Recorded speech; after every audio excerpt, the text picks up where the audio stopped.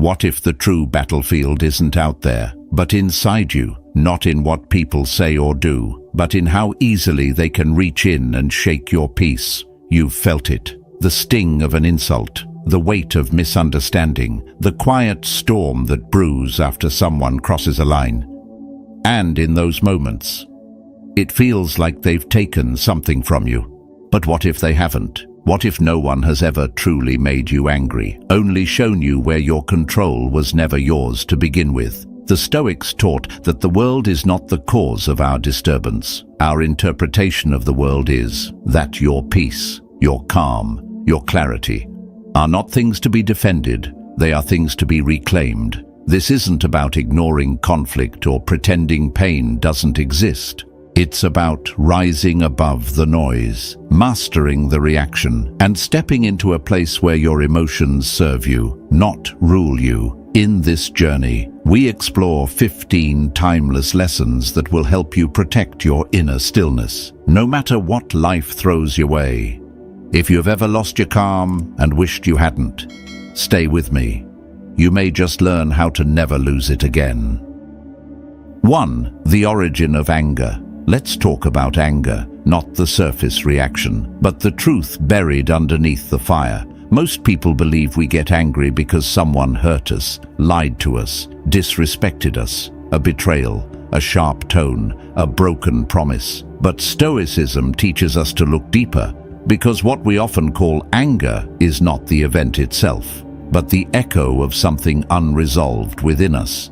Anger is rarely about what happened. It is about what we expected to happen. And when reality violates our expectation, the gap between what is and what we believe should be, that is where anger begins to burn. The Stoics knew this well. Seneca once wrote, "No man is more unhappy than he who never faces adversity, for he is not permitted to prove himself." What he's pointing to is the value of struggle, but also the deeper source of our agitation. You see, anger is not power, it is pain, repackaged.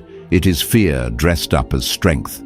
It is the mind rebelling against what it cannot accept, a wounded ego, an unacknowledged insecurity, a fear of rejection that whispers, "You are not enough," and screams when the world seems to confirm it. Imagine this. Someone cuts you off in traffic. You erupt internally. Why? Not because of the car, not because of the delay, but because in that moment, your sense of control was shattered, or a colleague mocks your work, and the rage flares. Not simply because of the insult, but because some part of you believes the insult might be true. Anger is a reaction to a story we are telling ourselves, one where we were wronged, slighted, or made to feel small. But the story is ours, and so is the responsibility to change it. The Stoic path does not ask us to become emotionless. It asks us to become aware, to take each emotion that rises within us and trace it to its root. Not to suppress it, not to indulge it, but to examine it like a sculptor with a block of marble, chiseling away everything that is not truth. When someone disrespects you and your chest tightens, ask yourself, what am I really reacting to? Is it the words they spoke, or is it the deep belief that I'm not respected, not seen, not enough? That is where the fire comes from, and that fire, if not examined, consumes everything. Anger often grows from the desire to control what was never ours to control in the first place. Other people's words, their actions, their tone, their timing, we say. They should not treat me this way. This should not have happened. They had no right, and maybe they didn't. But the Stoic doesn't live in the land of should. The Stoic lives in the land of is, and from there, they choose how to respond. Marcus Aurelius reminded himself daily, "You have power over your mind, not outside events. Realize this, and you will find strength." It's not just a quote. It is the foundation of peace. You cannot stop others from acting foolishly, but you can stop yourself from becoming foolish in response. When anger rises, ask yourself this: am I reacting, Or am I responding? Am I a puppet on the strings of another's behavior? Or am I the master of my own mind? There is a strength that comes not from domination, not from retaliation, but from clarity, from choosing stillness when the world provokes chaos, from stepping back when the ego wants to charge forward, from remembering that your worth is not defined by another's treatment, but by your response to it. Here is a truth the world will rarely tell you. Anger makes you predictable. It makes you manipulable. The moment you explode, you give away your power. Anyone can pull your strings. They know what buttons to press. But when you are calm, when you are still like deep water, no one can control you. That is real power. That is what Stoicism trains us for. Let's be honest. It's easy to rage. It's easy to throw words like weapons. It's easy to blame, shout, slam the door. But it takes strength to pause, to breathe, to ask, what is this emotion trying to teach me? Because if you look carefully, every moment of anger is a mirror. It shows you your wounds. It reveals where you still believe that your peace is fragile and needs protection from the outside world. But the Stoic knows, peace comes from within. It cannot be stolen, only surrendered. And when you learn that, when you stop needing others to treat you a certain way in order to remain calm, you become untouchable, not because people stop being disrespectful, but because you stop handing them your peace on a platter. So, next time you feel the heat rising, don't reach for revenge. Don't argue to win. Don't shout to be heard. Go deeper. Ask yourself, why am I truly angry? Is it because I felt rejected, invisible, powerless? And if the answer is yes, then know this: no one can fix that for you. That work is yours. That healing is your duty. And when you take it on, when you stop expecting the world to protect your ego and start protecting your inner clarity instead, that's when you win. You don't need to suppress your anger, but you also don't need to be ruled by it. Let it rise, let it speak, and then let it go. You are not your reaction. You are the awareness behind it. You are the still point in a storm. The Stoic way is not about silence for the sake of silence. It is about power. The power to walk away without needing to explain. The power to observe the insult and remain unshaken. The power to know who you are so deeply that no one else's opinion can rewrite that truth. At the end of the day, anger is not your enemy. It is your signal. A flare in the dark, pointing to a place within you that is still waiting to be understood. And when you meet that place with honesty, not avoidance, not violence, but clarity, you become dangerous, not because you shout the loudest, but because no one can move you without your permission to batter. So remember this: the next time you are disrespected, challenged, dismissed, you don't need to explode to defend yourself. You don't need to chase power with force. You already have it. The real strength lies in your ability to remain calm, deliberate, and sovereign. You want to win the battle? Learn to stay still while the world shakes around you. Because when you understand the origin of your anger, you no longer fear it. You transform it. And in doing so, you transform yourself. 2. The importance of silence to control anger. Let's talk about silence, not the awkward kind that fills a room when no one knows what to say, not the silence of avoidance or submission, but the deliberate, powerful silence that is born from restraint, from wisdom, from the clarity that only comes when you choose stillness over reaction. In a world that celebrates quick replies, sharp comebacks, and the illusion of dominance through words, silence is often misunderstood. People think that staying quiet means you are weak, unsure, or defeated, but the Stoics knew better. To them, silence was not the absence of strength, it was the mastery of it. Have you ever said something in anger and regretted it the moment it left your lips? Almost everyone has. The sharp word, the sarcastic reply, the insult you couldn't take back. And yet, how often have you regretted staying silent when you were angry? Rarely. That is the paradox, because silence gives you space. It gives you time to witness the storm inside you without becoming it. Lao Tzu once wrote, "Silence is a source of great strength." And the Stoics, from Seneca to Epictetus, would have agreed with reverence. For them, silence was not passivity, it was strategy. It was the space between impulse and action, and in that space, your entire character is formed. When anger strikes, your body is the first to respond. Your heart races, your muscles contract, your breath shortens. You feel the burn rising in your chest, the fire in your throat, the need to lash out, to reclaim your pride, to defend your ego. That moment, that first flare of fury, is where most people fall because they let their bodies speak before their mind can think. But the Stoic understands that this is not the moment to react. It is the moment to pause, to observe, to hold the line. Silence becomes your ally. It becomes your sword, not to wound, but to protect. It shields your peace from the chaos that someone else tried to drag you into. In silence, you see clearly. You realize that the insult was not about you. The provocation was a reflection of their instability, not a measure of your worth. And in that realization, you gain something most people never touch: mastery. You master your mind. You master your voice. You master your destiny. Imagine being in a heated argument. You are misunderstood. Someone throws unfair accusations your way.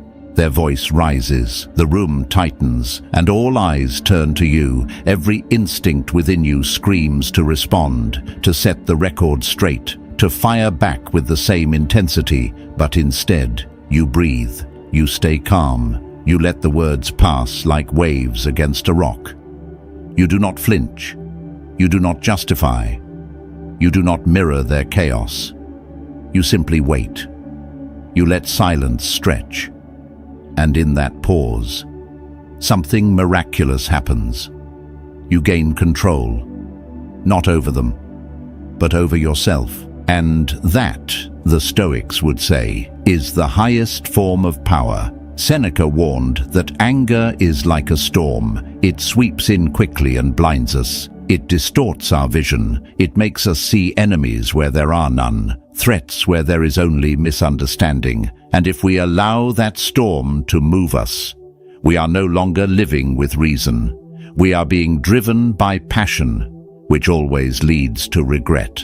But if you can stand still, if you can let the thunder roll around you without letting it shake you, you emerge not as a victim of anger, but as a master of yourself. Some will say that silence is weakness, that you should never let someone talk to you that way, that you should fight back, or you'll be walked on. But the truth is, the person who remains calm while being provoked is not weak. They are untouchable because their dignity is not fragile, their peace is not up for negotiation, and their strength does not depend on noise. When you choose not to respond in anger, you are not forfeiting your power, you are revealing it. Silence does not mean swallowing your truth. It means choosing the right time and the right way to express it. There are moments when speaking brings clarity, but there are also moments when silence carries more weight than any argument, because not every insult deserves your energy,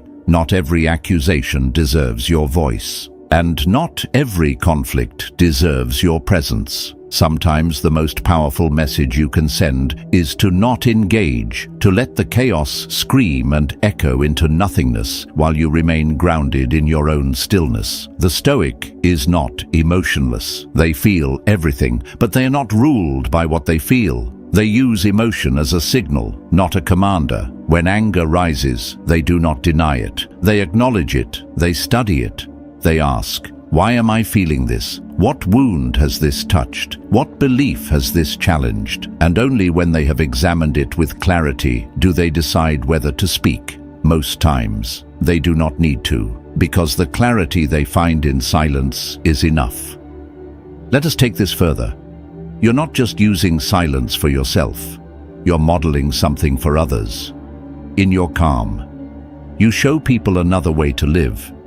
You become the person in the room who is not rattled, the one who responds with intention, not reaction, the one who others look to when emotions are high and clarity is needed. That is not just stoicism, that is leadership. There will be times when your silence makes others uncomfortable. They will try to provoke you further. They will mistake your stillness for weakness. Let them. That is not your concern. Your concern is your integrity, your clarity, your character. And, in the end, when the moment passes, when the noise fades, your composure will remain, and people will remember it. They may not admit it, but they will respect it. So next time you feel anger rising, do not seek to win the argument. Seek to win your mind. Do not rush to speak. Let silence take the lead. Let it calm the storm within you before you speak into the storm outside you. And if you choose to respond, let your words be deliberate. Let them come not from pain, but from purpose. And if you choose not to respond, know that you have already said enough. Silence is not the absence of response, it is the presence of mastery. And when you live from that place, no insult can shake you, no provocation can reach you, because your peace is not a performance. It is a discipline. And the one who remains calm while the world burns is not weak. He is free. That is the power of silence, not as an escape, but as a weapon of wisdom. Use it well. Let it speak for you when your words would only deepen the wound, because the world does not need more noise. It needs more people who can stand in silence and still be heard. 3. Laugh at problems. There is a kind of strength that goes unnoticed by the world. It is not loud, it is not aggressive, it does not come wrapped in rage or resistance. It comes in the form of a smile, a quiet, knowing smile in the face of chaos, a gentle laugh in the presence of misfortune. This, the Stoics understood, is not madness, it is mastery. It is the ability to look at life, with all its absurdities, failures, and frustrations, and say, "You will not break me," because the one who learns to laugh at problems is no longer enslaved by them. When was the last time you laughed at something that used to make you furious, a moment where, once, you would have clenched your fists or raised your voice, but now you simply exhaled and smiled? That, right there, is evolution. That is the result of growth, of awareness, of philosophical clarity. Problems are universal. They do not discriminate. They arrive for the rich and the poor, the wise and the foolish, the disciplined and the chaotic. You are not cursed for facing difficulties. You are simply human, and the most human thing you can do sometimes, in the midst of pain, is to laugh. Friedrich Nietzsche once wrote, "Perhaps I know best why it is man alone who laughs. He alone suffers so deeply that he had to invent laughter." That line is not just poetic, it is foundational. It is a mirror into the human soul. Laughter is not weakness. It is a mechanism of survival, a release valve for the unbearable. It is how we reclaim agency when life feels like too much. And the Stoics, though often mistaken for being stern or emotionless, were masters of perspective. They saw the temporary nature of all things. They witnessed the pettiness of human behavior, the unpredictability of fortune, the repetitive cycles of failure and folly, and instead of collapsing into despair, they rose. They refused to let life bully them. They smiled instead. To laugh at a problem is not to ignore it. It is to disarm it. It is to look directly at the thing that once triggered your anger or fear and say, "You are smaller than you seemed." It is a philosophical stance, a declaration that your peace is not up for negotiation, that your serenity is no longer hostage to circumstance. Picture this: you are cut off in traffic by a reckless driver. Your instinct screams to react, to honk, to curse, to prove something, but then you pause. You remember the truth. This person is a stranger. Their life is not your concern. Their mistake is not your burden. And so, instead of fuming, you chuckle. You let the moment pass. You stay in control, not because you are passive, but because you have risen above the game. Or imagine a moment of personal failure, a rejection letter, a project collapse, a painful conversation. These things sting, no doubt. They wound the ego. They test your resolve. But give it time, and you'll see. What once made you ache becomes a story you can laugh about. And that laughter, it is not shallow. It is rich with wisdom, because you have seen the full arc of the experience. You've realized that what you feared was your undoing was merely a redirection. That pain was not punishment. It was transformation. The ego loves seriousness. It feeds on urgency, on the illusion that everything is about you, that every slight must be answered, that every obstacle is personal. But the Stoic knows better. The moment you let go of the ego is the moment you begin to see clearly. You begin to see that life is not out to get you. It is just being life. And when you laugh, when you truly laugh from a place of understanding, you interrupt the cycle. You stop reacting. You start reflecting. You stop fueling the fire and start walking through it without being burned. Let me offer you a challenge. The next time life throws something unfair at you, try this. Before you speak, before you react, take one conscious breath and smile. Even if that smile feels forced at first, even if your body is tight with resistance, let that smile become your declaration that you are not here to be tossed around by every frustration, that you have chosen to live differently.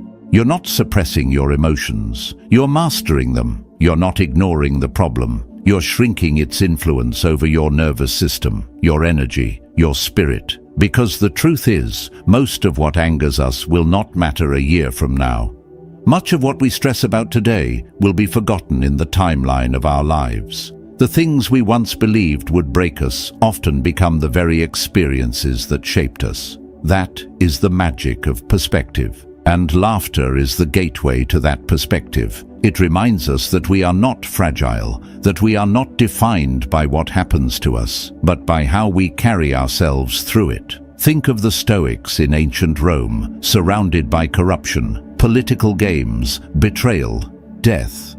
And yet, they wrote not with bitterness, but with clarity. They taught not vengeance, but virtue.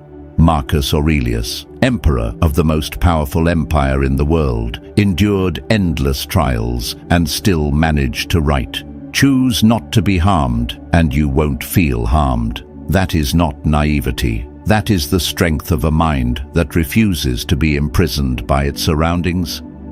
So, when life tests you, laugh. Not the laughter of ignorance, but the laughter of freedom, the kind that says, "I see the trap, and I choose not to step in." Laugh because you have remembered that no problem is bigger than your mind's ability to reframe it. Laugh because you are no longer giving life permission to dictate your emotional state. Laugh because you can, and that, in itself, is a victory in the end. The most stoic thing you can do is not to raise your voice, not to prove your worth, not to conquer the problem with force. Sometimes, the most stoic act is to smile, nod, and walk away. To let life be ridiculous and not be swept into its performance. To be at peace while the world spins wildly around you. Because when you laugh at problems, you are not making light of life. You are stepping into your light. And that is a power no misfortune can take from you. 4. Focus on long-term victory, not the current battle. Have you ever walked away from an argument with the satisfaction of being right, only to realize later that something more important was lost in the process? Your peace, your energy, your sense of inner clarity, in the heat of conflict. It is easy to forget what truly matters. We become so focused on defending ourselves, on making sure we are understood, on proving we are not to be disrespected, that we overlook the true cost of winning. We win the moment, but lose the mission. The Stoics, those wise observers of human nature, saw this pattern clearly. Marcus Aurelius, surrounded by political manipulation, betrayal, and endless tension, chose not to fight every battle. He said simply, "You have power over your mind, not outside events. Realize this, and you will find strength." That sentence alone could change the way you respond to every provocation for the rest of your life, because it reminds you that your strength does not lie in controlling other people. It lies in mastering your own reactions, especially when your pride is poked. We are conditioned to believe that every disagreement is a war worth fighting, that every insult must be answered, that to walk away is to lose. But the truth is, long-term victory is not about proving you are right. It is about staying aligned with the person you are becoming, not the reactive one. Not the one who rises to every insult, but the one who knows when to engage and when to let go. That is not weakness. That is strategy. Think of how many arguments you have had that truly made a difference. How many times have you convinced someone who was attacking you to suddenly understand your point of view and change their behavior? Rarely, if ever. Because most arguments are not about truth.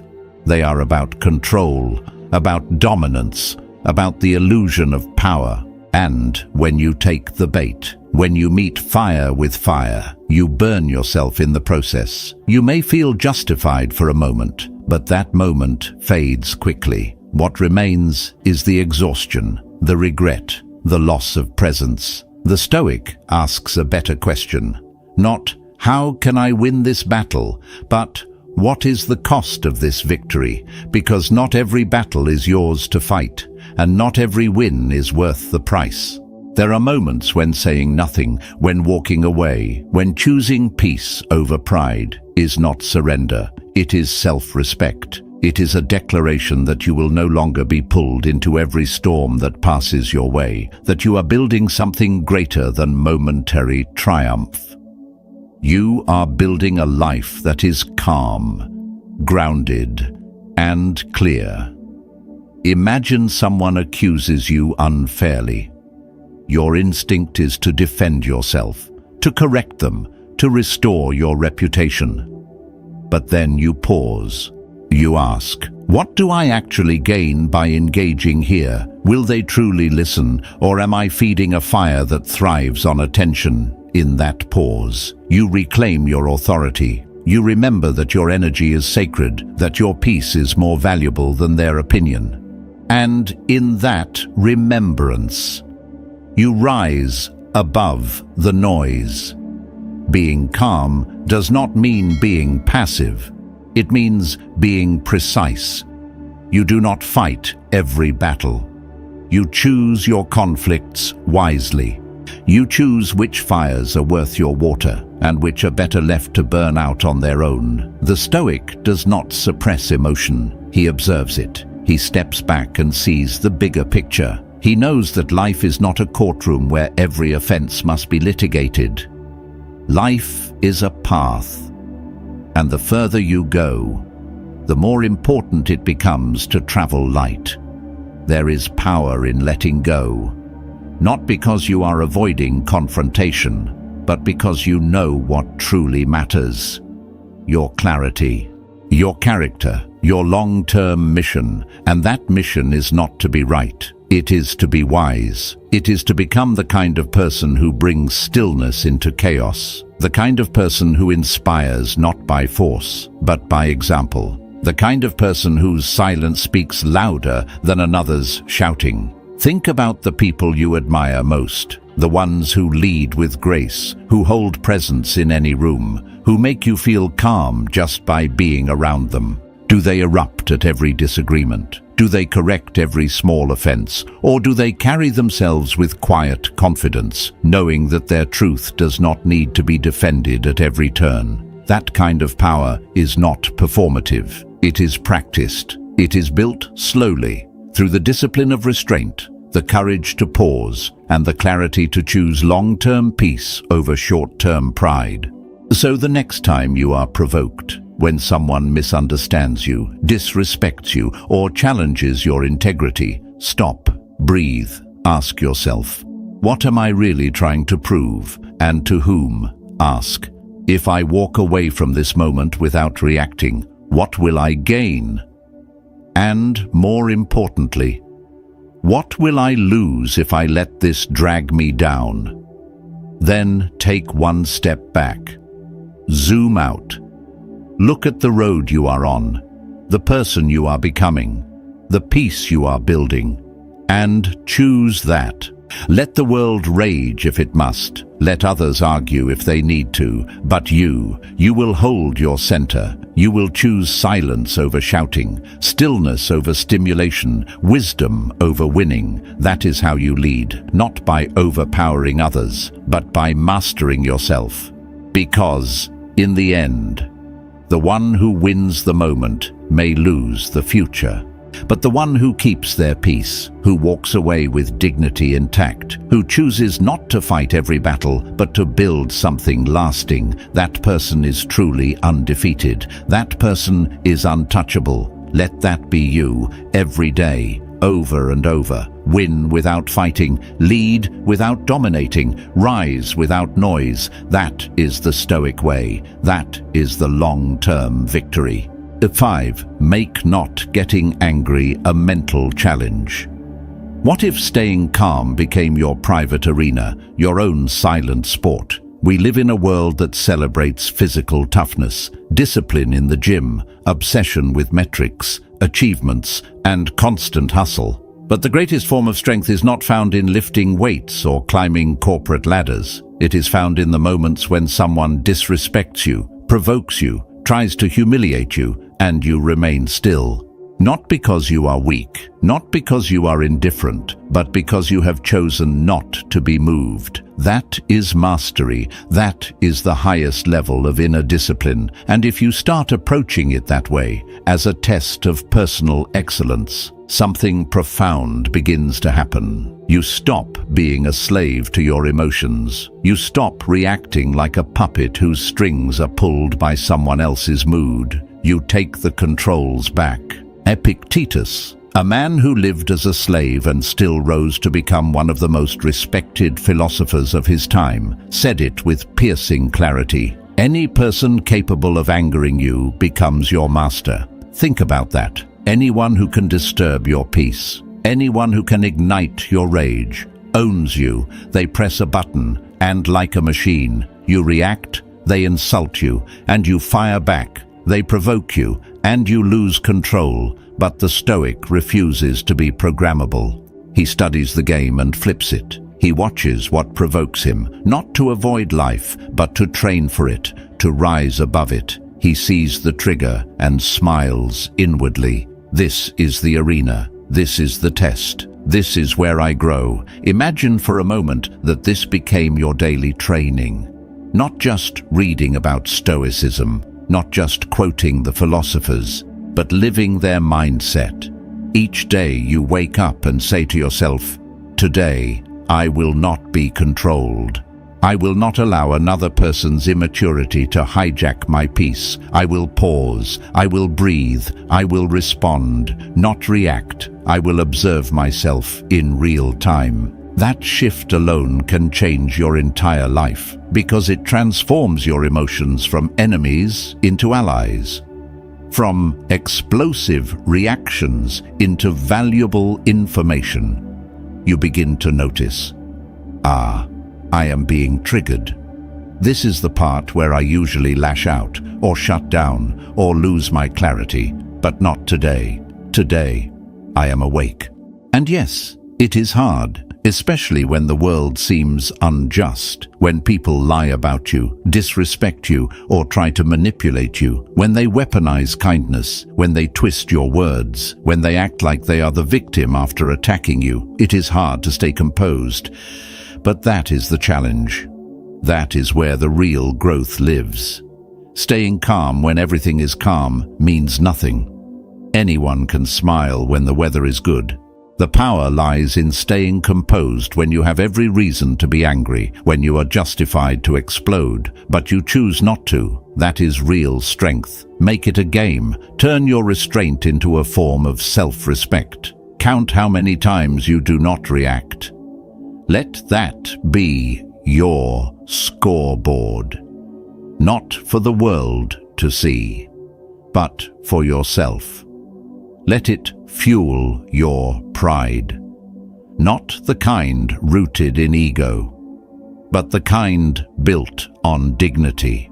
The kind that says, while others are trapped in cycles of emotional reactivity, I am not, because every time you walk away from a situation without raising your voice, every time you hold your line without needing to overpower someone, you win, not with applause, not with followers, but in the most important place of all, within. This is not about becoming emotionless. It is about becoming untouchable in the best sense of the word. Free from the tyranny of the moment, free from the grip of external chaos, free from the illusion that everything requires a response, because not everything does. Some things deserve your silence, some things deserve your observation, and some things, no matter how loud they scream, do not deserve to move you. Picture this. You are in a conversation and someone begins to escalate. Their voice rises. They interrupt, they insult. You feel that rush in your body, the heat, the urge to snap. But you pause. You feel the sensation. You observe it like a wave. You do not run from it, but you do not follow it either. You let it rise, then you let it fall. And when you speak, if you speak, it is with full control, clear, calm, grounded. That moment may not win you a point in the argument, but it will win you something far greater, your own respect. And make no mistake, this is a daily practice. There will be days you fail, days you snap, days you forget. But every day is a new opportunity, a new round in the game, a new session in your emotional training. And like with physical training, repetition builds strength. The more you practice, the more you become, the less the world can shake you. This is not just philosophy, this is your freedom. And no one can give it to you. You earn it.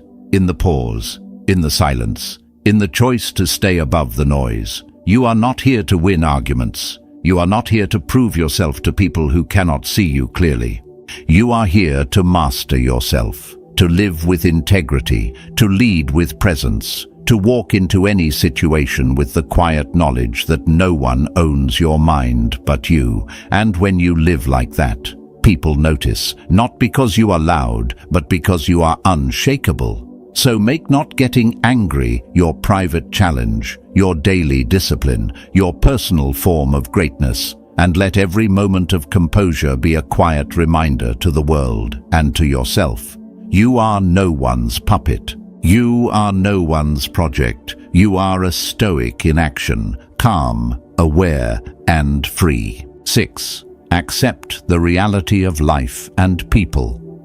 Why do we suffer so deeply from the words and actions of others? Why do we feel shaken when someone betrays us, ignores us, misunderstands us, or fails to meet our efforts with appreciation? It is not always the act itself that wounds us.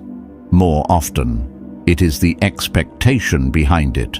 We expected loyalty and received betrayal. We expected empathy and received judgment. We expected consistency and found only confusion. But the pain does not simply come from their behavior. It comes from the story we had written in our minds about how they should behave. It comes from our attachment to a personal script that life was never obligated to follow. This is where Stoicism offers us something both challenging and liberating. Accept what is, not what you wish it to be. That idea may sound simple, but it is one of the most difficult things to live, because deep down, most of us are trying to negotiate with reality. We want people to see us the way we want to be seen. We want life to unfold in the order we imagined, but the more you resist what is, the more it hurts. You end up fighting a current far stronger than you, exhausting yourself trying to stop a river with your bare hands. But the moment you let go, The moment you stop resisting and begin flowing with life as it is, something shifts. Peace enters. Not because the world has become perfect, but because you are no longer at war with it. Socrates once said, "Be kind, for everyone you meet is fighting a hard battle." That includes the people who frustrate you, the ones who never say thank you, the ones who lash out or disappear or pretend not to see your effort. Behind their behavior is often pain, fear, or confusion, just like yours. This does not mean we excuse harm or allow others to mistreat us, but it does mean we begin to understand the limits of human nature.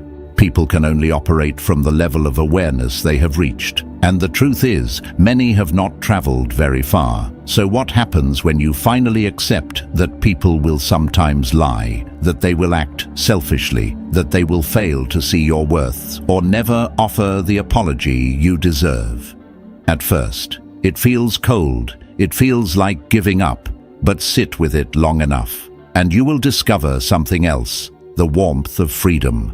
Because the moment you stop needing people to act a certain way in order for you to be at peace, you take your power back. You are no longer ruled by their choices. You are no longer chained to their validation. You begin to live from the inside out. Acceptance is not resignation. It is not becoming numb. It is not giving up on people or shutting down emotionally. It is the courageous decision to stop demanding that others meet your expectations in order for you to be okay.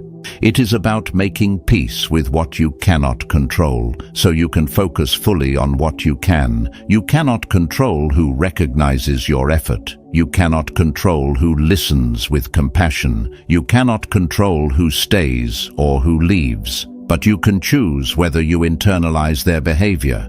You can choose whether you carry their immaturity like a burden. You can choose whether their chaos becomes your own. This shift from control to acceptance does not make you weaker, it makes you wiser.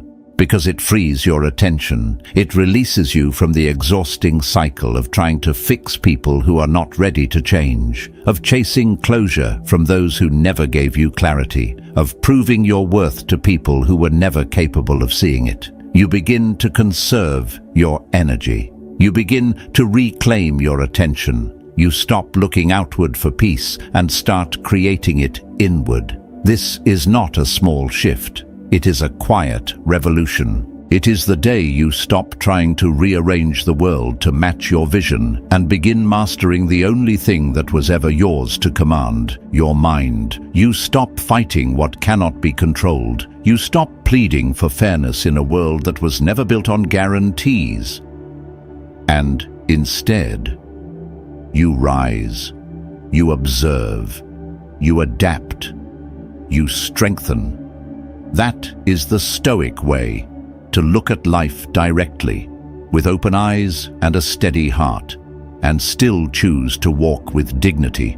Imagine someone you trusted deeply lets you down. The initial pain is sharp, but then you remember, this is not a personal attack. This is a reflection of where they are on their path. You step back, you breathe. You do not chase them for answers they cannot give. You do not contort yourself to earn what they are unable to offer. You do not beg for clarity from someone trapped in their own confusion. You accept, you mourn if needed, but you move forward. That is real power.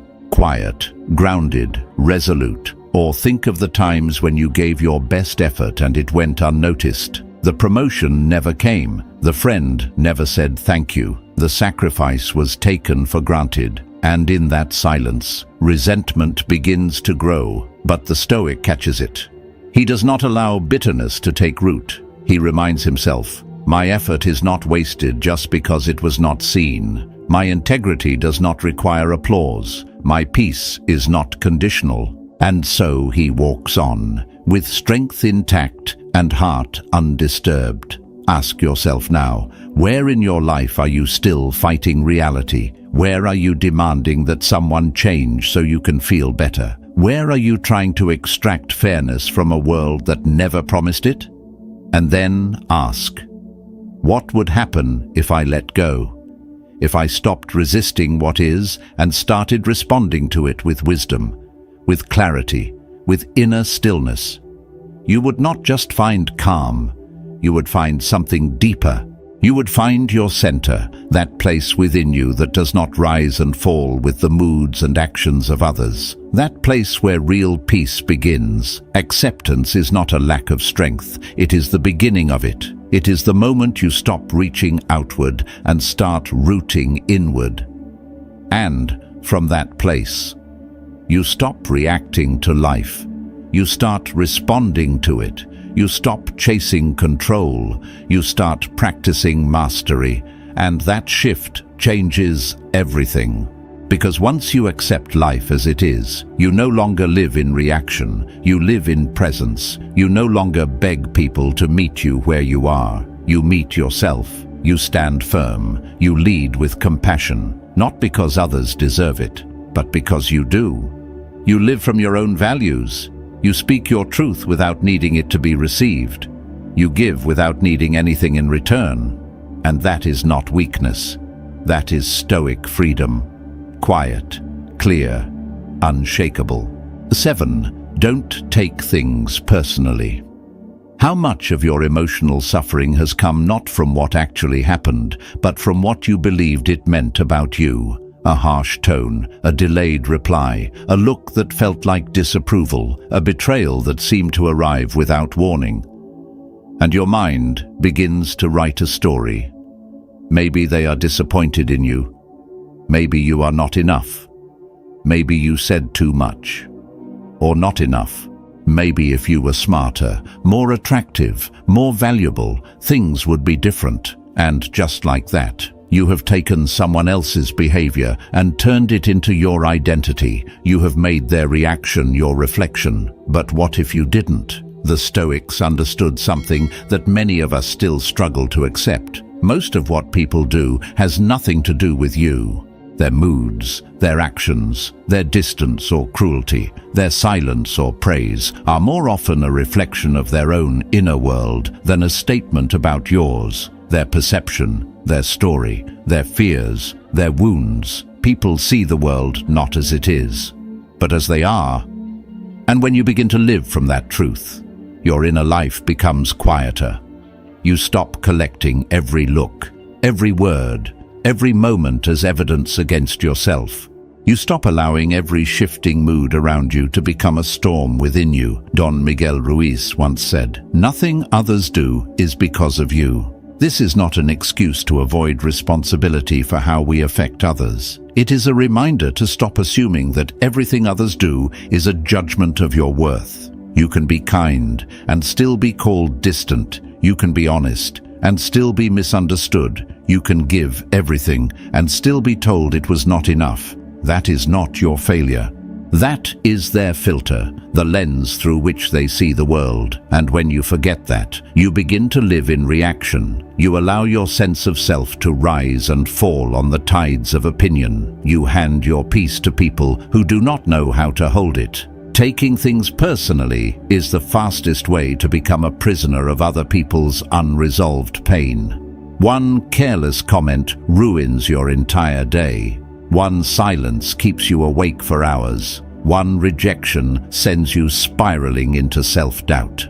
But pause and ask yourself, what if none of it was about you at all? What if their withdrawal was about their anxiety? What if their rudeness was rooted in their own frustration? What if their coldness came from their own numbness, not your insufficiency? This shift in interpretation doesn't make you naive, it makes you free. And even if it was about you, even if someone truly judged or criticized or rejected you, does that mean it defines you? Does one person's inability to see your value erase it? The Stoic would say no, because the Stoic does not let the world define who they are. They are rooted in something deeper. They are responsible for their own actions, not for how others respond to them. And this distinction is everything. It is the difference between living with clarity or collapsing into confusion. Between being grounded or being swayed by every wave of judgment. Imagine this. You walk into a room and someone you know barely acknowledges you. Your mind begins to race. Did I say something wrong last time? Do they not like me anymore? Should I have worn something else? But the Stoic pauses and considers other possibilities. Maybe that person is preoccupied with their own problems. Maybe they are struggling with something private. Maybe their silence has nothing to do with you at all. And even if it does, the Stoic does not immediately take it to heart. They observe, they reflect, but they do not surrender their inner balance to external confusion. This is not about becoming indifferent. It is about becoming intentional, about choosing what enters your emotional world and what does not. It is about guarding the gate of your mind with reason and refusing to allow every careless action of others to trespass on your self-worth. Not everything deserves to be taken seriously. Not every opinion is worth internalizing. Not every encounter requires explanation. You are not the center of everyone's universe. And that is a beautiful realization. It means you are free. Free to walk through the world without carrying the weight of other people's unspoken expectations. Free to interpret situations with curiosity instead of self-blame. Free to return to your own truth instead of getting lost in someone else's perception. This freedom is not a gift from the world. It is a discipline, a practice, a quiet daily choice. So the next time you feel yourself shrinking because of someone else's behavior, stop. Ask yourself, what story am I telling myself right now? What assumption am I making about their silence, their tone, their words? What if this has nothing to do with me? And even if it does, what if it does not define me? What if their perception is not the final word on who I am? Ask these questions not to escape reality, but to reframe it, to reclaim it. The Stoic does not let others write their story. They do not hand out keys to their peace. They do not let strangers walk through their mind with muddy boots. They protect their center, not with walls, but with wisdom, not by shutting down, but by standing firm. They know who they are. They know what they value, and they do not need constant approval to feel anchored. That is the strength you are being called to, not to be immune to pain, but to see through it. Not to be numb, but to be discerning, to know that not every hurt needs to be held, that not every slight is an attack, that not every rejection is a reflection of your worth. Sometimes people simply cannot meet you where you are, and that's okay. You don't have to take it personally. You just have to keep walking with integrity. Hold your center. Let the storm pass. Remind yourself that your peace is yours. It is not a reaction to the world. It is a creation of your discipline, your presence, your clarity, and in that space, you will find something rare. The ability to move through life without absorbing its every shadow. The freedom to be rooted in yourself while the world continues to spin. That is Stoic strength, and it is yours to cultivate. Every moment, every breath, every time you choose not to take it personally. Hate, anger never solves anything. Have you ever stood in the aftermath of an argument, your heart still pounding, your voice echoing in your mind, and wondered what it was all for?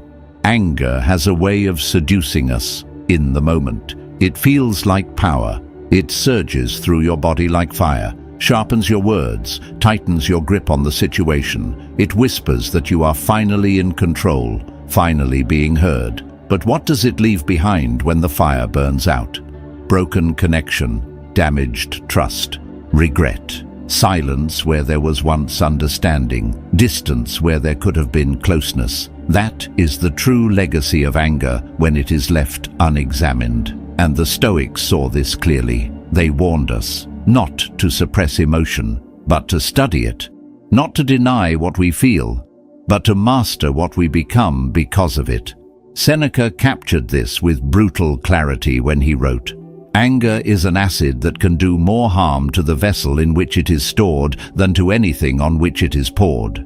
That one sentence dismantles the illusion we hold about anger. We think it will give us strength, but instead, It corrodes us from within. It damages our clarity, eats away at our inner peace, and turns us into the very thing we wish to overcome. Anger doesn't just leave scars on others. It leaves a residue on our character. It lingers long after the confrontation ends, replaying itself in our mind 100 times, each time stealing more of our serenity.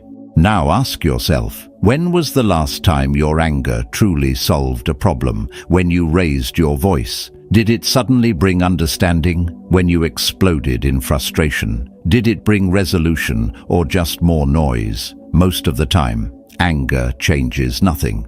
The situation remains the same, except now it's heavier. It's filled with words you cannot take back and emotions that have spilled too far. The other person didn't walk away enlightened. They walked away defensive or hurt or further from you than before. Anger might make you feel like you are doing something, but often it is just movement without direction. It is action without awareness. So why do we reach for it? Why does it feel like the default? Because anger is easy. It is fast. It is instinctive.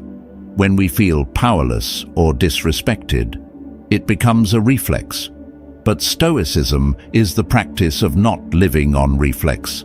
It is the discipline of choosing the path that is harder, but wiser. The path that may look like stillness from the outside, but is full of strength within, to pause, to reflect, to observe the rise of anger and ask, is this truly the response I want to live by? Or is this just a habit I have mistaken for strength? Think back to the last time you were angry. What did it give you that calm could not have offered more fully? Was the outcome truly improved by the heat in your words, the tension in your chest, the emotional fog that followed? Did it bring you closer to the truth, or did it take you further away from the peace you were hoping to protect? Anger is natural, but mastery is intentional.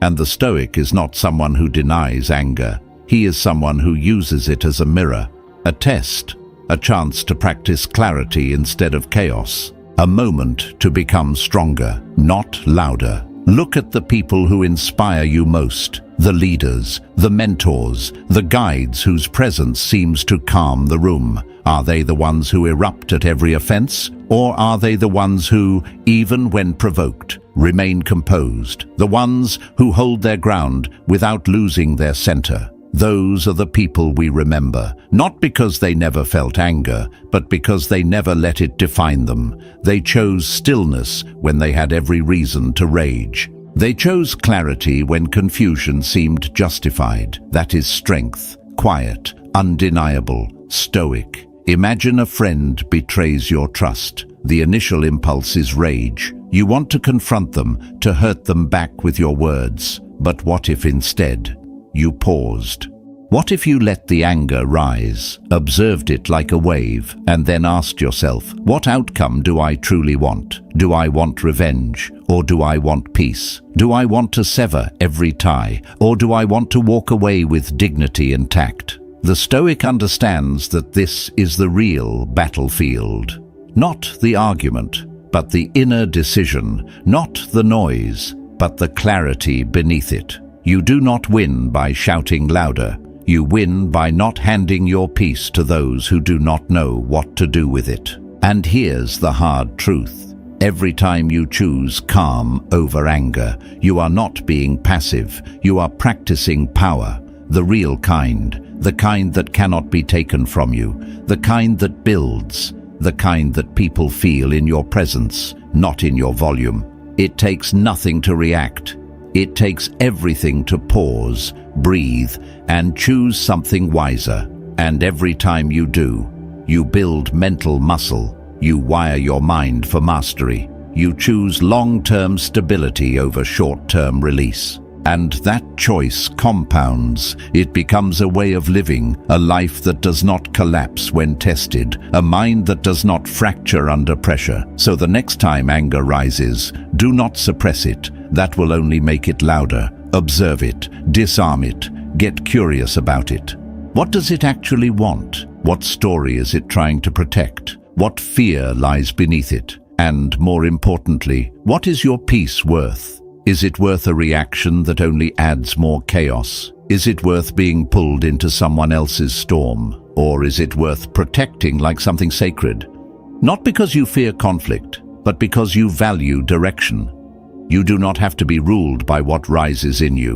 You can choose your response, and in that choice, you take back your freedom. Because no one, no situation, no insult can take your power unless you hand it over in a moment of heat. That is the reminder. That is the lesson. That is the quiet revolution of Stoicism. Anger never builds, it only burns. Let it burn itself out while you remain grounded. Let others lose control while you remain centered. Let the world push and pull while you hold your place in it, like an immovable mountain. That is not weakness. That is wisdom in action. Choose calm. And every time you do, you become a little more unshakable, a little more free, a little more you. 9. Let go of resentment and grudges.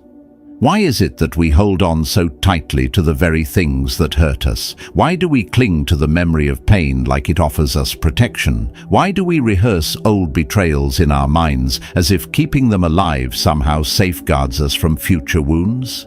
It is strange, but undeniably human.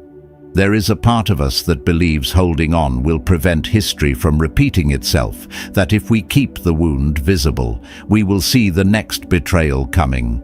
But the truth is, this kind of holding on does not protect us. It imprisons us. It does not give us strength. It drains us. It poisons the present by anchoring us to a pain that belongs to the past. Marcus Aurelius, who ruled an empire while enduring loss, betrayal, and disappointment, wrote with disarming simplicity, "The best revenge is not to be like your enemy." In those few words, he offered the essence of Stoic wisdom. Do not become what hurt you. Do not carry the darkness that was used against you. Do not let someone else's cruelty become your compass when we hold on to resentment. We believe we are holding power, but we are actually giving it away. Every time we replay the insult, every time we feel our chest tighten at the sound of a name, every time we bring the past into the present, we allow what happened to continue happening inside of us. Resentment is not a shield, it is an anchor. It weighs us down while life moves forward. It keeps us locked in old battles, reliving arguments that ended years ago, thinking about people who no longer think about us. And what is the cost? Your peace, your clarity, your ability to be present, while the one who hurt you lives their life. Maybe unaware, maybe unbothered. You are still carrying them in your mind, in your body, in your nervous system. You are still feeding energy to something that offers nothing in return. That is not protection, that is self-imprisonment.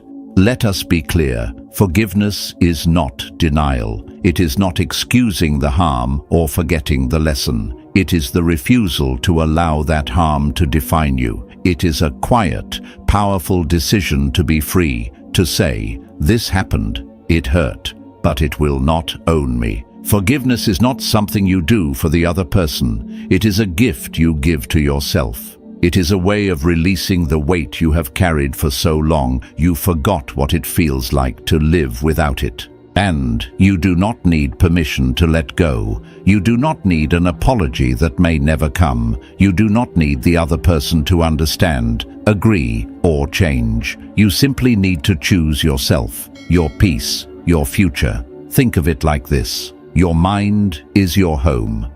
Resentment is an unwanted guest that has overstayed its welcome. It does not contribute.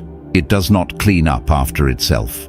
It clutters your space, steals your energy, makes you uncomfortable in your own thoughts. And at any moment, you can walk to the door, open it, and say, "Not anymore." You do not need to explain. You do not need to shout. You do not need to announce it to the world. You simply stop feeding the grudge. You stop replaying the moment. You stop living from the wound. It is easy to think that letting go means they win, that if we release our anger, We are letting them off the hook. But the opposite is true. Holding on does not punish them. It punishes you. It is your body that holds the tension, your sleep that is disturbed, your heart that stays guarded, and perhaps the most dangerous effect of all, it changes who you are. It makes you colder, more defensive, less open to the people who truly care about you. The grudge may start as a response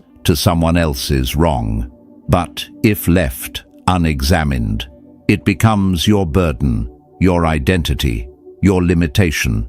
So ask yourself, who or what are you still holding on to? What memory still brings anger to your voice? What name still makes your body tense? What moment from your past still dictates how you move through the present? And then ask the harder question. What would my life feel like if I finally let that go? What would it feel like to no longer carry that weight, to wake up free from the past, to no longer drag resentment into every new relationship, every new opportunity, every quiet moment? This is not about perfection. It's not about erasing the pain. It's about transmuting it, using it as fuel, not poison, letting it deepen your wisdom, not narrow your heart, letting it make you softer, not weaker. Letting it teach you what to avoid without letting it teach you to expect the worst in everyone. When you let go, you do not lose, you win. You win back your joy, you win back your clarity, you win back the part of yourself that was buried beneath bitterness. And remember, letting go is not always dramatic. Sometimes it happens in silence. Sometimes it is just a breath, a choice, a single moment when you decide, I am done carrying this. You do not need to speak it aloud. You do not need to explain it to anyone. The transformation happens within and over time. You notice the difference. The past no longer stings. The memories no longer pull you down. The pain that once defined you now becomes a chapter in a much bigger story. A story of resilience, of peace, of reclaiming your life. So the next time you find yourself clinging to a grudge, pause. Take a breath. Look at it with clear eyes. Ask what it has cost you. Then ask if you are ready to be free. Because your future deserves more than the echo of old pain. It deserves your full presence, your full power. And that begins the moment you choose to release what no longer serves your soul. Let go, not because they deserve it, but because you do. Let go, not to erase what happened, but to make space for what is still possible. Let go, because you have carried it long enough.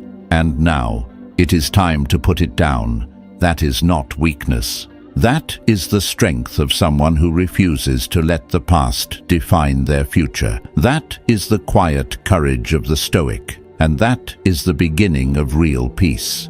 10. Your role is to guide, not to control. Why do we carry the weight of other people's choices as if they were our own? Why do we lose sleep over the paths others take, over their reactions, their words, their lack of growth? We tell ourselves it is because we care, that we want the best for them, that we are trying to help. But if we look closer, beneath the surface of our concern is often a quiet craving for control, a subtle, unspoken desire to shape outcomes, to influence behavior, to fix people who never asked to be fixed. And that desire, even when wrapped in good intentions, creates a storm inside us, a storm of frustration, of resistance, of constant emotional tension. We try to control how others treat us, how they speak, how they evolve, how they understand life. We offer advice not always because it is requested, but because we are trying to manage our own fear. The fear of being hurt again, the fear of being misunderstood, dismissed, or disappointed. Control becomes our way of reducing risk. But here is the truth. Control is an illusion, and chasing it is one of the fastest paths to exhaustion. Because people do not transform when you pressure them. They transform when they are ready. Your insight cannot take root until their soil is prepared. Your urgency cannot speed up their timing. Your pushing often pushes them further away. Lao Tzu once said, "A leader is best when people barely know he exists." That is not a call to disappear. It is a call to let your influence be subtle, steady, and sincere. Real leadership does not force, it inspires. It does not demand, it embodies. It does not control, it becomes a quiet mirror. The Stoics understood this deeply. They taught us to release what we cannot control. And what falls into that category more than anything else is the behavior, decisions, and emotions of others. You cannot control how someone listens. You cannot control whether someone understands. You cannot control how someone responds to your presence, your truth, or your love. But you can control your own clarity. You can control the integrity with which you show up. You can guide with presence, not pressure. You can lead through example, not expectation. You can support without suffocating. And, in doing so, you become a steady presence that reminds others of what is possible, not what is demanded. Letting go of control does not mean you stop caring. It means you stop assuming that your peace depends on whether or not others meet your expectations. It means you trust that your role is not to mold others, but to stay rooted in who you are, regardless of how they shift. It means stepping back when needed, not with coldness, but with wisdom. It means releasing the impulse to lecture or convince, and instead asking yourself, am I trying to guide them, or am I just trying to ease my own discomfort with the unknown? That pause can save you, because in that moment, you remember what is truly yours, your words, your energy, your boundaries, your responses. That is your domain. Everything else lives outside of your control, and to try and force it only robs you of your calm.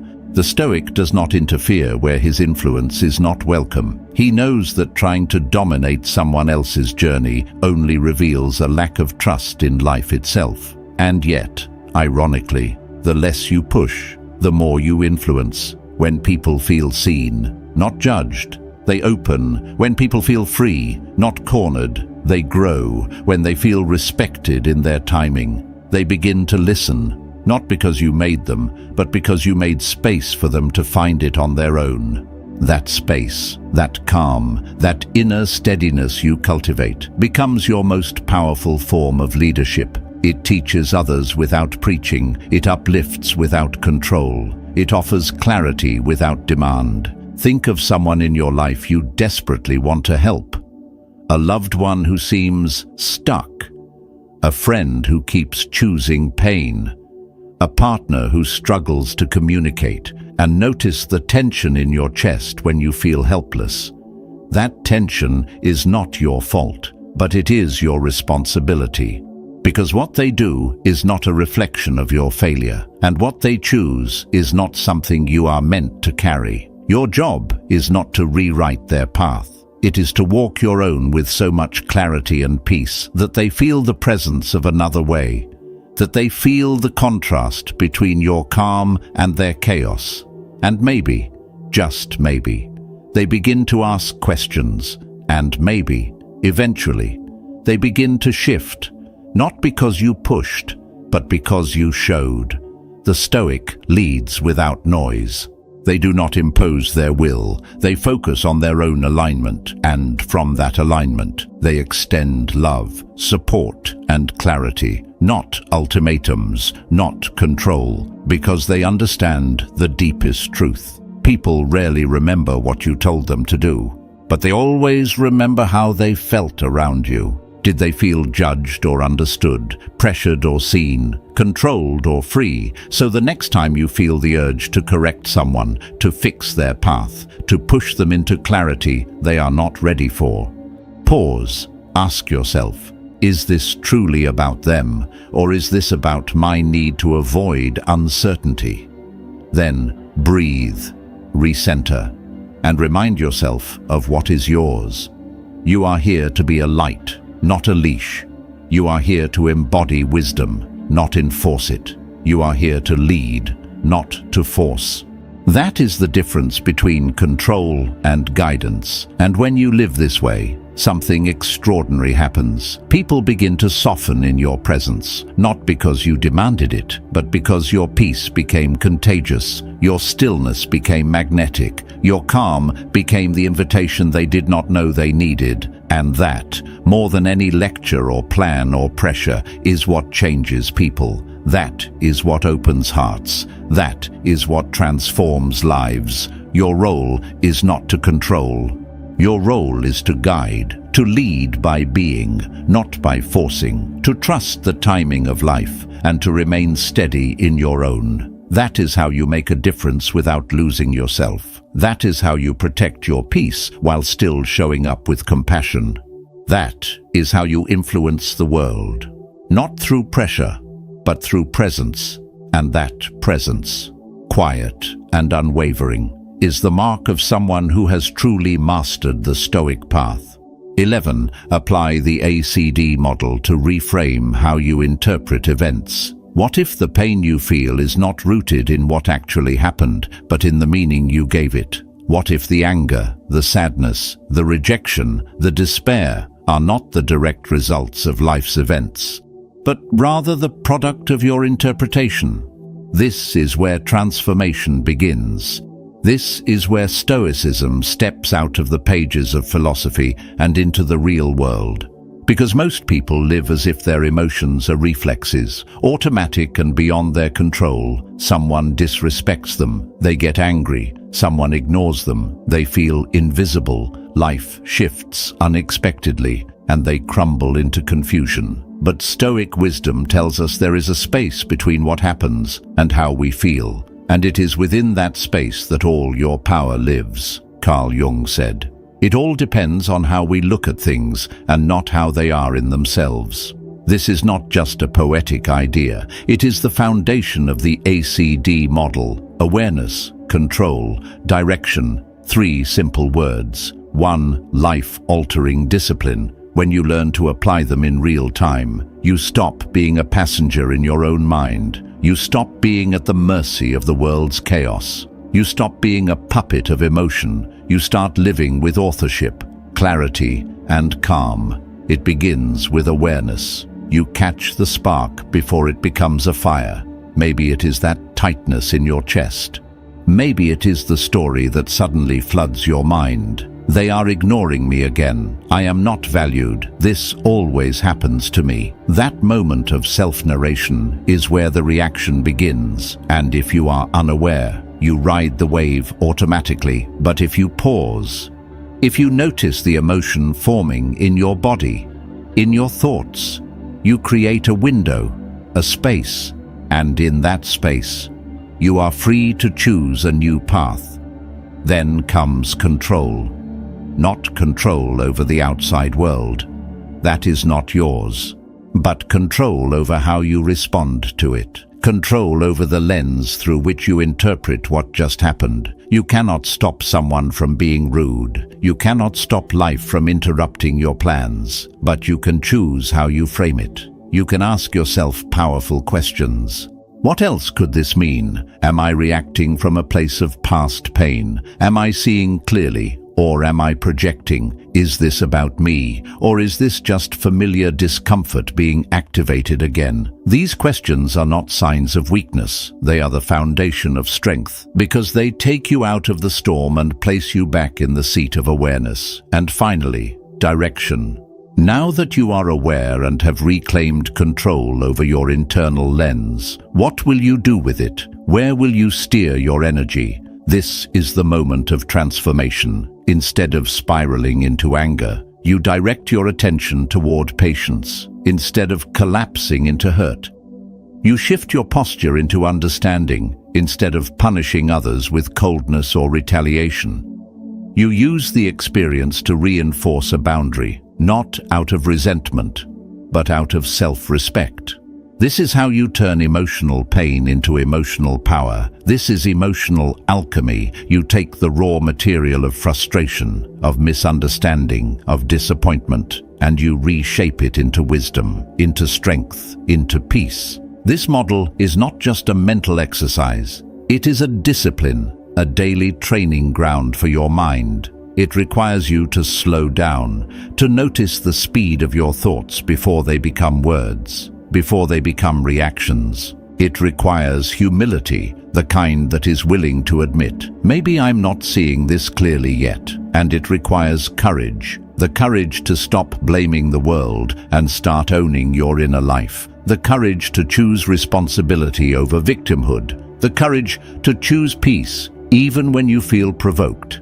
And the more you practice, the more powerful you become. Imagine this: you are in a conversation and someone speaks to you with a dismissive tone. Your instinct is to tense up, to fire back, to prove yourself. But you apply the ACD model. First, you notice your body, the heartbeat, the rising temperature. You name the story. I feel disrespected. Then you pause. You ask yourself, is this tone truly about me?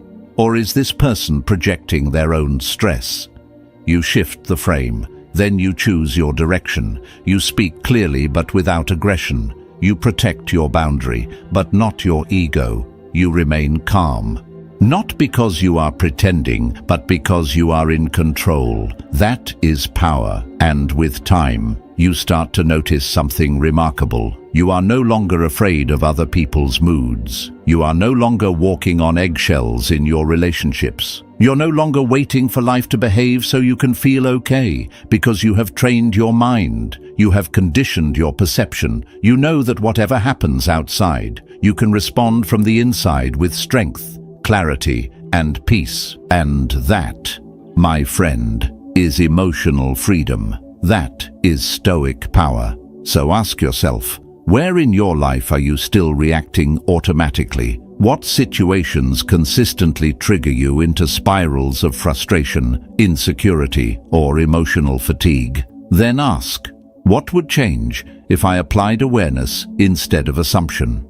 If I chose control of perception instead of control of outcomes? If I used every emotional flare-up as a chance to redirect toward peace? The ACD model is not just a practice. It is a way of reclaiming your identity from the hands of circumstance. It is a declaration that you will no longer live at the mercy of the moment, that you will no longer hand over your inner world to external chaos, that you will stand where others fall.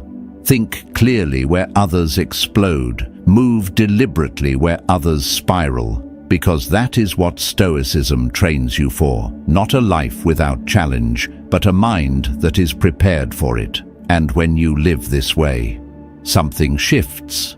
People begin to notice the difference in your presence. You are less reactive, more thoughtful. You are less shaken, more grounded. You become someone others turn to, not because you have all the answers, but because you carry something rare, a mind that is free. A heart that is steady, a way of being that is not controlled by what happens, but by how you choose to meet it. That is the power of awareness, control, and direction. Practice it, live it, and let it set you free. 12. Promote solution and compromise. What matters more to you in the middle of conflict, being right or being at peace? That single question can change the way you enter every conversation, every disagreement, every emotionally charged moment. Because most of us, without realizing it, are not seeking resolution when we argue. We are seeking validation. We want to be heard, to be understood, to feel seen in our perspective. But somewhere along the way, the desire to connect gets hijacked by the desire to win. And when that happens, we stop solving and start sparring. We stop building and start breaking. We protect our pride, but we lose the people. The Stoics understood the subtle art of disagreement. They did not speak to dominate. They spoke to clarify. They were not interested in scoring points. They were interested in reaching truth. And they knew something we often forget in the heat of the moment. Anger separates, but wisdom builds bridges. Epictetus said, "We have 2 ears and 1 mouth so that we can listen twice as much as we speak." That is not just a clever observation, it is a way of living. It is a call to listen with intention, to seek understanding before being understood, to hear not just the words, but the pain, the fear, the confusion behind them. Most people do not listen. They wait. They wait to respond, to refute, to defend. They are not searching for common ground. They are preparing their next comeback. And in that defensive state, nothing gets resolved. The conversation becomes a battlefield, and the only thing that grows is ego. But ego is not your ally when peace is your goal. Ego will fight to be right, even if it means losing the relationship. Even if it means burning the very bridge you may later wish you had kept intact. Now imagine this. The next time you feel tension rise in a conversation, you pause, you step back, not from your truth, but from your attachment to being right. You ask yourself, what do I actually want here? Not just in this moment, but in this relationship, in this connection, in this dynamic. Do I want to punish? Or do I want to understand? Do I want to dominate? Or do I want to move forward together? And if the answer is peace, if the answer is clarity, then the method must match the mission.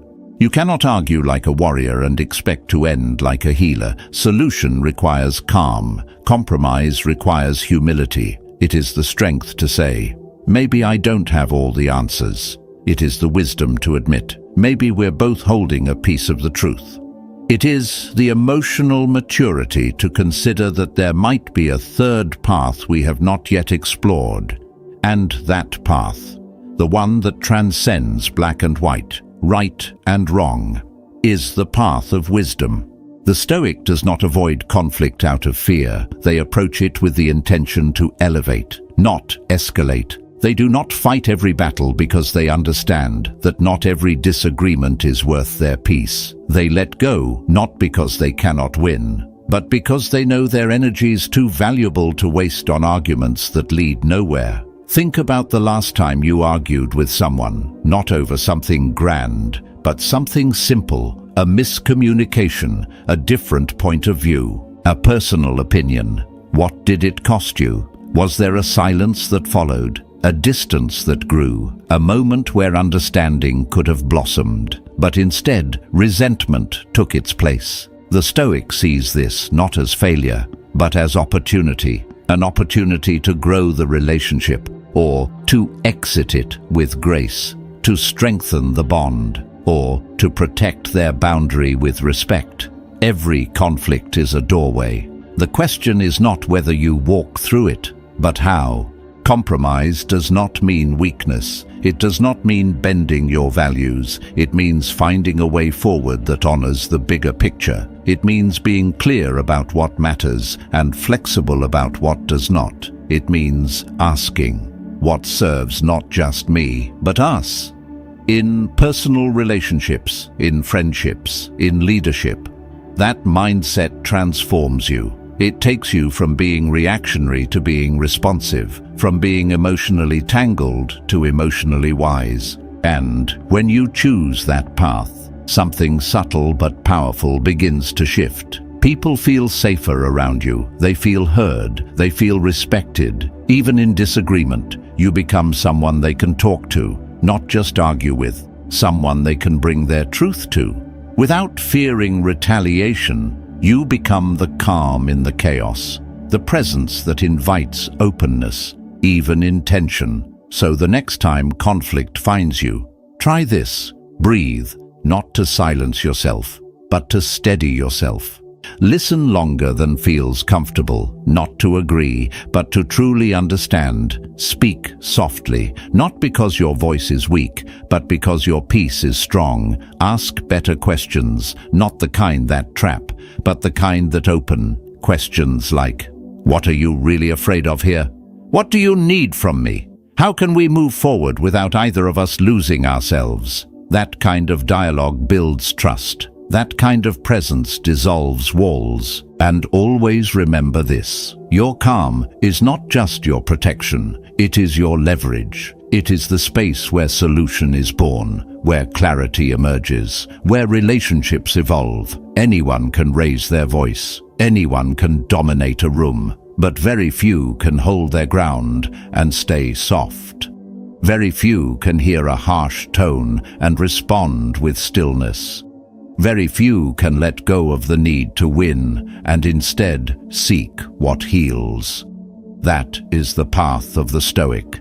That is the strength of the truly powerful. So ask yourself now, what matters most? The last word, or the lasting peace, the need to be right, or the chance to build something right together? The temporary satisfaction of victory, or the enduring strength of understanding? Choose wisely, because how you handle conflict says everything about the kind of peace you are capable of living in. And if you can bring calm to disagreement, you can bring peace to anything. 13. Be aware of what happens in your body.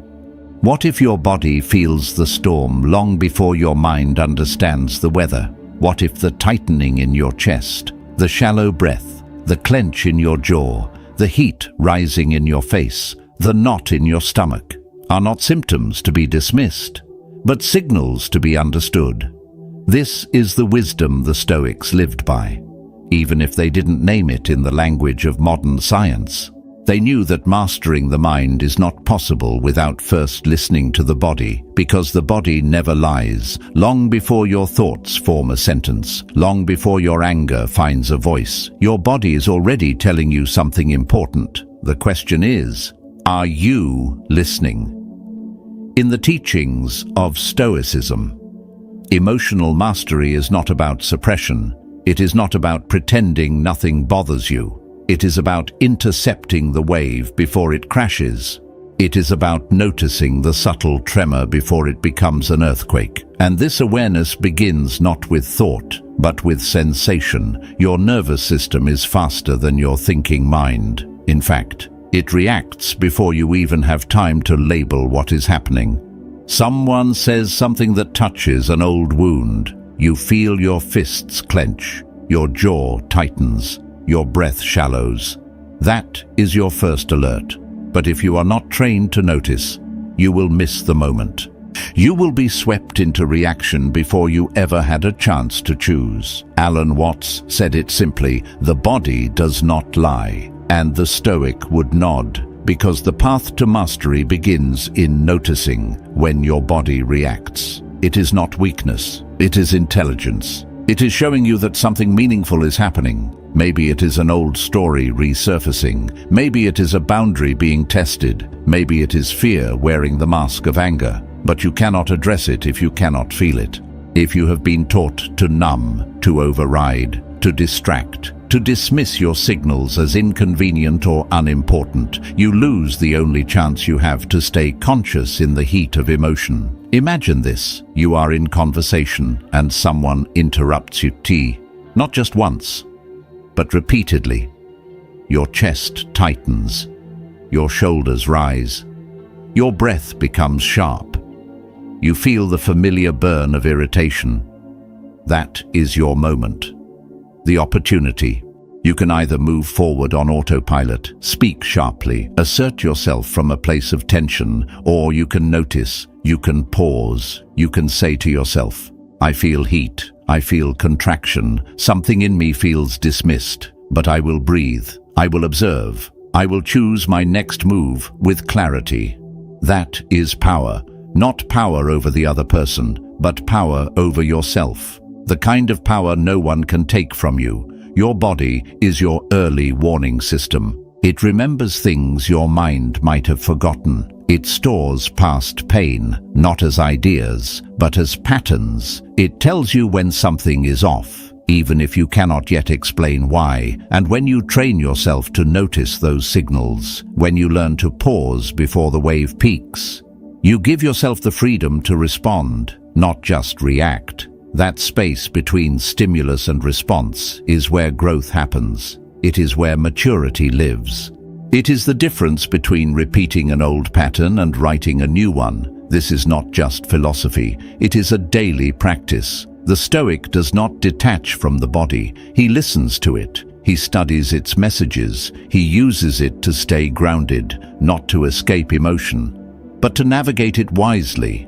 Because emotional awareness is not the absence of feeling. It is the ability to feel without becoming lost. It is the strength to hold intensity without being consumed by it. It is the discipline of staying anchored when the winds of reaction are strongest. So begin here. Begin with your breath. It is the fastest way to return to the present. The next time you feel your breath shorten, do not ignore it. Breathe deeper. Breathe slower. Signal to your nervous system that you are safe, that you are aware, that you are in charge. The next time your jaw tightens, unclench it consciously. Let it remind you that tension is not always necessary. That presence is a more effective tool than pressure. When your fists ball up, ask what you are holding onto so tightly. Ask what you are afraid of losing. When your shoulders rise toward your ears, exhale and release them. Remind yourself that you do not need to carry the weight of the moment all alone. These are small acts, but they are not insignificant. They are sacred, because every time you notice the signal and respond with stillness, you reclaim yourself. You prove to your own body that you are a safe place, that you will listen, that you will respond with care, not punishment, that you will not abandon it in the name of productivity, performance, or pride. And when you begin to live this way, something subtle and beautiful unfolds. You stop being afraid of your emotions. You stop avoiding discomfort. You stop fearing conflict, because now you trust yourself to stay grounded in the storm. You know the signs. You recognize the shifts, and you meet them with calm. You become the kind of person who can feel deeply without falling apart, who can be provoked without losing presence, who can stand firm without becoming hard. That is the path of the Stoic, not the one who denies the body, but the one who is deeply attuned to it, who sees emotion as a guide, not a threat, who knows that wisdom begins not in avoiding the storm, but in learning how to walk through it with steady steps and open eyes. So the next time your body speaks, listen. Before the voice rises, before the reaction takes hold, listen to the breath, the heartbeat, the tension, the stillness, and in that listening, you will find your strength, the strength to pause, the strength to choose, the strength to remain calm in a world that rushes to react. Your body remembers what your mind wants to forget. And when you choose to listen, without judgment, without fear, you reclaim the most powerful thing of all, your ability to lead yourself through anything. 14. Be selective with who deserves your attention. Why do we give away the most sacred parts of ourselves to people who have done nothing to earn them? Why do we allow strangers, critics, manipulators, or chaos-driven personalities to enter our emotional world and rearrange the furniture of our peace? The Stoics, with their unwavering clarity, knew something most people never pause long enough to realize. Not everyone deserves access to your mind, your energy, or your emotional presence. Just because someone speaks does not mean you must listen. Just because someone provokes does not mean you must respond. And just because someone shows up with drama does not mean you are obligated to participate. In a world where attention is currency, your focus is your fortune, and every response, every argument, every moment of reactivity is a transaction. When you react to an insult online, you are trading clarity for chaos.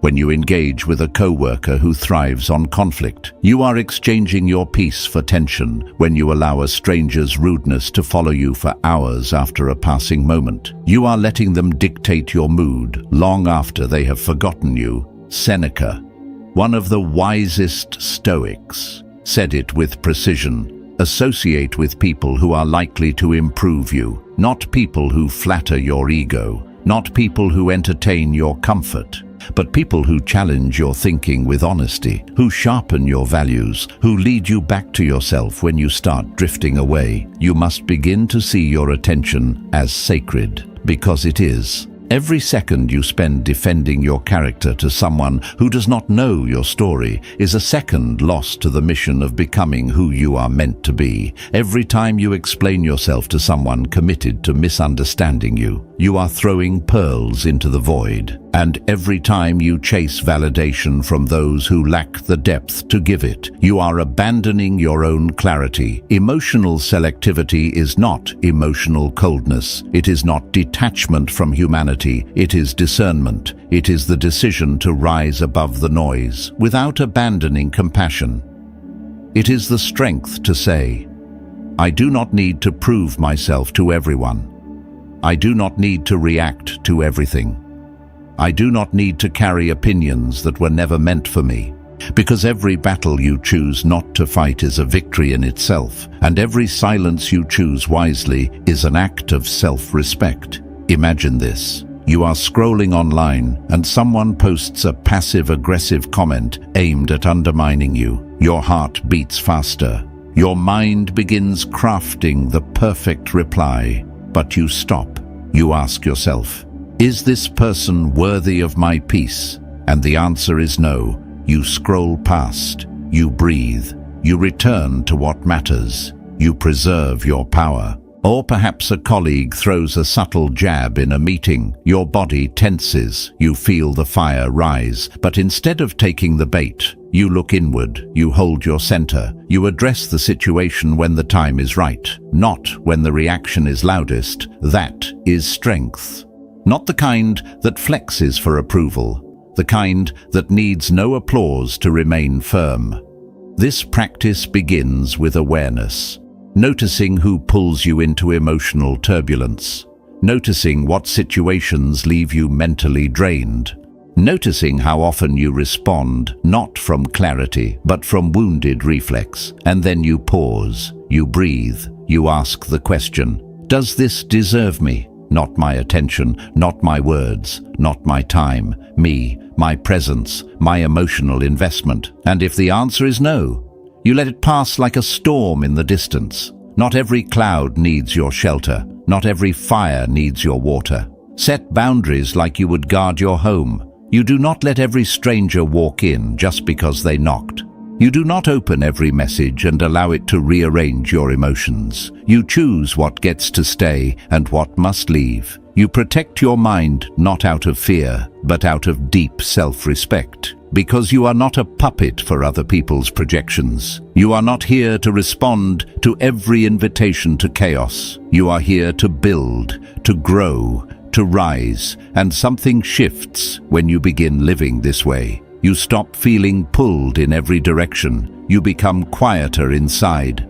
You stop reacting to low-frequency noise. You start noticing how much more energy you have when you are not constantly explaining, defending, or justifying. You find yourself focused on what truly matters, and you become magnetic.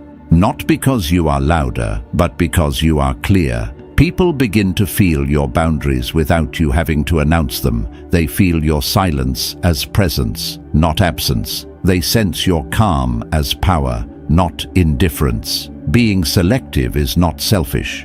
It is sacred stewardship. It is understanding that your emotional world is a garden, and weeds grow quickly if you do not protect the soil. It is knowing that your time, your attention, your peace are the most valuable resources you have. So spend them wisely. Give them only to those who match your intention, to those who elevate your thinking, to those who respect your inner world, and to those who meet you in the stillness without trying to pull you into the storm. So the next time life throws a distraction your way, pause, whether it is a rude comment, a thoughtless person, a pointless argument, or a draining request. Ask yourself, does this deserve me? And if the answer is no, you already know what to do. Walk on, with grace, with clarity, with peace intact, because the one who controls their attention controls their reality, and the one who controls their reality becomes untouchable, stoic, still, strong, and fully alive in what truly matters. 15. Use gratitude as a tool against anger.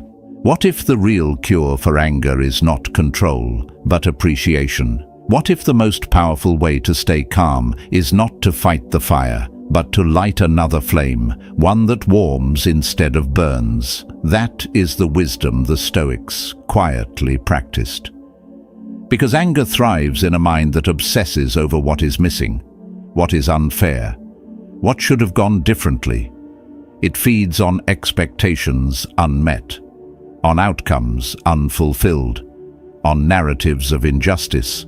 But gratitude, true Stoic gratitude, does something revolutionary. It changes the lens. It shifts your focus from what went wrong to what still remains. And in that shift, something inside you realigns, not through force, through clarity. Marcus Aurelius, a man who bore the weight of an empire, who endured betrayal, war, illness, and unimaginable responsibility, once wrote, "Do not hanker after what you do not have. Instead, fix your attention on the finest and best that you do have, and imagine how much you would long for these if they were not in your possession." That is not blind optimism. That is philosophical precision. That is the discipline of appreciation in the face of adversity. It is not about pretending everything is fine. It is about remembering that not everything is lost. You see, anger is a tunnel. When it rises, it narrows your vision. It makes you see only the offense, the slight, the thing that triggered you. It blocks out everything else. It convinces you that this moment is all that matters. But gratitude opens the tunnel. It invites light back in. It reminds you that life is bigger than this insult, this inconvenience, this temporary pain. The moment you return to gratitude, you begin to soften, not into weakness, but into wisdom. You do not lose your boundaries. You gain perspective. Try this. The next time anger rises in your body, stop, breathe, and name 3 things you are genuinely grateful for, not to escape the emotion, but to frame it. Maybe it is your health, something you would fight for if it were threatened. Maybe it is someone in your life who sees you clearly. Maybe it is the fact that you have the awareness, right now, to pause instead of react. Those are not small things. They are everything. And when you return to them, the grip of anger loosens. Because now you are not reacting blindly. You are seeing with context. The deeper truth is this. Anger often emerges from entitlement, from the belief that life owes us ease, fairness, or agreement. And when those expectations are not met, we flare. But gratitude humbles the ego. It reminds us that nothing is guaranteed, that every peaceful moment, every honest friend, every breath we take is a gift. Not because life is perfect, but because we can still see its beauty even when it is not. Gratitude brings you back to what is real, not as a punishment, but as grounding. It does not silence your emotions. It anchors them. Imagine a difficult conversation. Words are exchanged that sting. You feel misunderstood, maybe even disrespected. Anger rises, but instead of lashing out, you pause. You remember the bigger picture. You think, I am grateful I have the skill to stay calm in this. I am grateful I can walk away with clarity. I am grateful I do not need this person's reaction to validate my peace. And in that moment, you rise, not above them, but above the need to react. You do not let the fire consume you. You use it to light the path forward. This is not about pretending nothing hurts. It is about giving the hurt a place in the larger story. It is about saying, yes, this moment is difficult, but it is not all there is. Yes, this wound is real, but it is not all I feel. Yes, I am angry, but I am also still aware, still present, still grateful for what remains untouched. That shift alone is powerful, because now you are not ruled by emotion. You are led by perspective. That is Stoic strength, not the denial of pain, but the ability to carry it with grace. Gratitude becomes your reset button, your compass, your shield. It interrupts the spiral.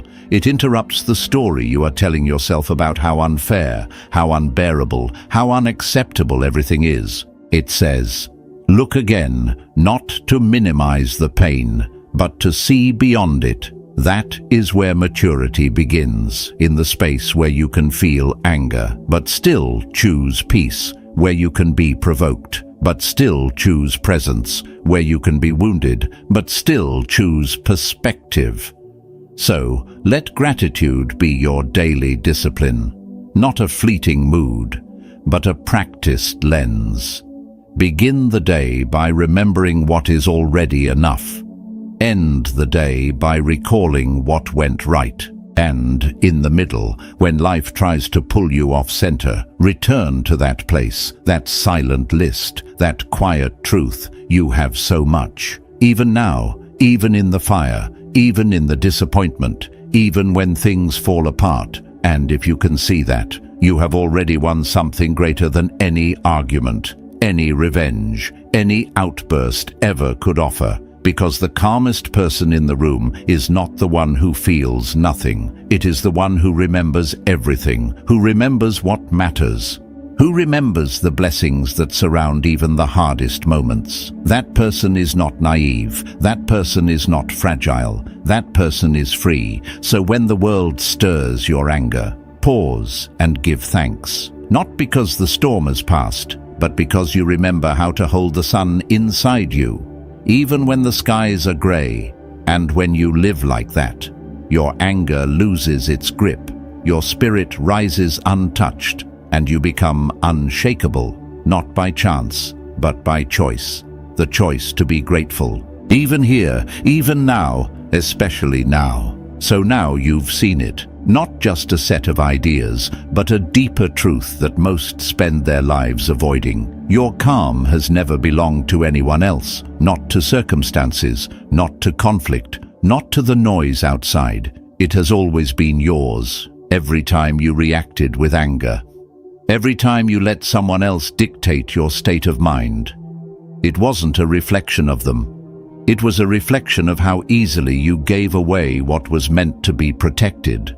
But the moment you begin to live these Stoic lessons, not perfectly, but intentionally, everything begins to shift. You'll start to feel it in small ways, in the breath you take before speaking, in the silence you choose instead of shouting, in the clarity that returns when you no longer chase control. Because peace is not weakness, it's strength in its purest form. The kind of strength that doesn't need to prove anything, yet says everything through presence alone. You won't get it right every time. You'll slip, you'll snap, you'll forget. But that's not failure, that's the training. And with each step, you build something unshakable, a mind that stays still, even when the world doesn't. So take this with you. Practice it, protect it. And if this message brought you a moment of clarity, subscribe to stay on this path. And tell me, in just a few words, what shifted for you today? Your peace is your power, and the journey to protect it is just beginning.